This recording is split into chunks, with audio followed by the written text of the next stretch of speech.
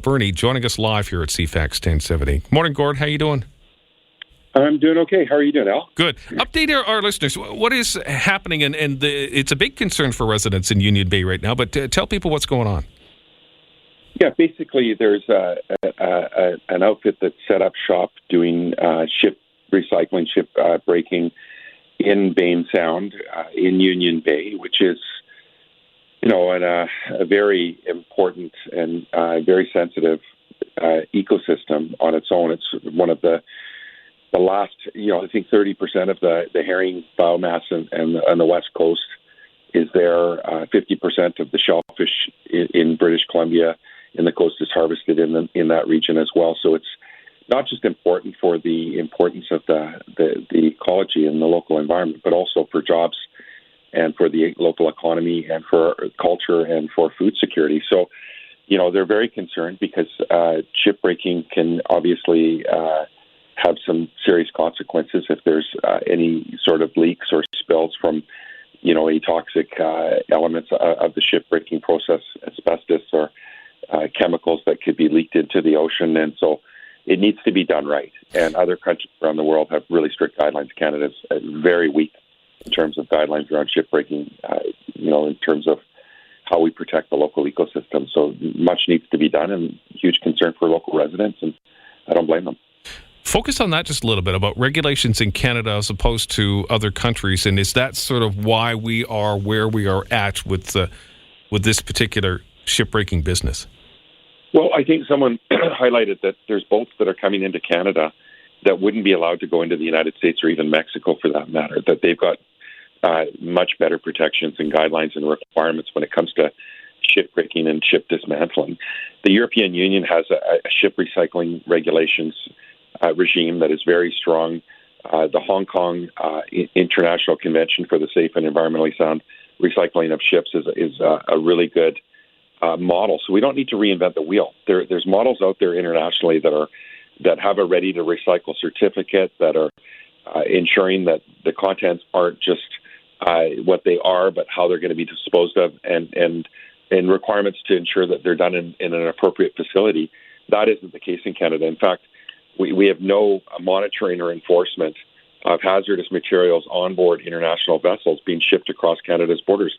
There's only a voluntary certificate, which is effectively a self-reporting or basically an honor system, which is unbelievable. It doesn't provide certainty to coastal communities. It's basically the federal government, by their gap in regulations and lack of enforcement and staffing to follow through, are downloading on the provinces and local governments and on Indigenous communities, and it's completely unacceptable. Is the business breaking any laws? So right now, there's been a number of complaints. There's been warnings issued from the province on some of in regards to some of the complaints. There's, I know that the governments are seized with this, both municipally, provincially, and federally, and the federal and provincial governments are meeting regularly with myself and our local MLA, Josie Osborne, who has actually helped coordinate these really important discussions. And, I know there's a lot being discussed right now and a lot of areas being looked at. I certainly wouldn't want to compromise any of those conversations that are taking place. Sure. But we have questions on the federal side. We've got boats that are sitting between the high water mark and the water, where they could be damaging fish habitat, where they're literally sitting on the shelf at low tide, and that's against the law. And why is the federal government not taking swifter action on that? So those are questions that we have for the federal government. But also overall, their regime has huge gaps. As someone pointed out when I raised that we could become a dumping ground for international vessels because of the gaps, someone yelled back out at the crowd at the event and said, "We already are," and they're absolutely right. We've got international vessels being towed into Canada clearly because of the lack of protections in place. And we need to fix this regulatory gap now. We know the federal government is in consultation with the provinces, both British Columbia and some maritime provinces, about creating a regime, and they are looking at the EU and the Hong Kong guidelines in terms of the International Convention for the Safe and Environmentally Sound Recycling of Ships. So they are examining those other models, but it doesn't prohibit them from filling the void in terms of their voluntary, certificate, which is basically ineffective. They can fill that void without doing a bunch of consultation. They need to move rapidly on this, and they need to enforce instead of issuing warnings at all levels of government.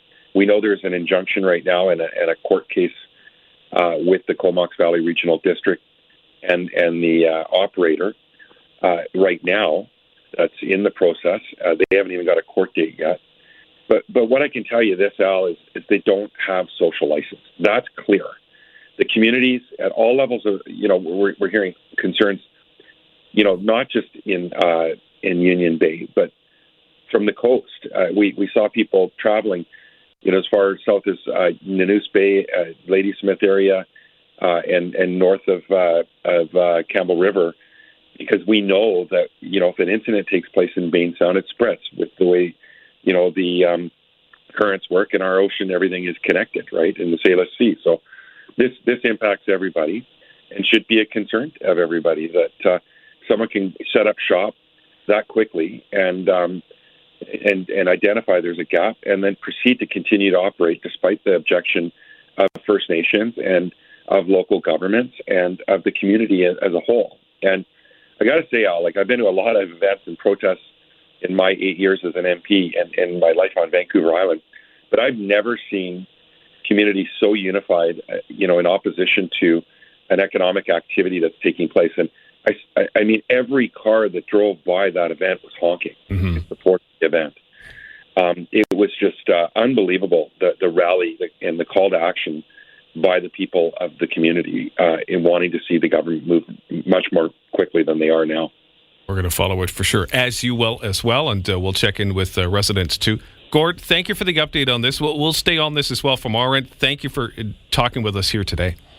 Yeah, Al, and everybody wants to see ship recycling done well. It's not that we're against it.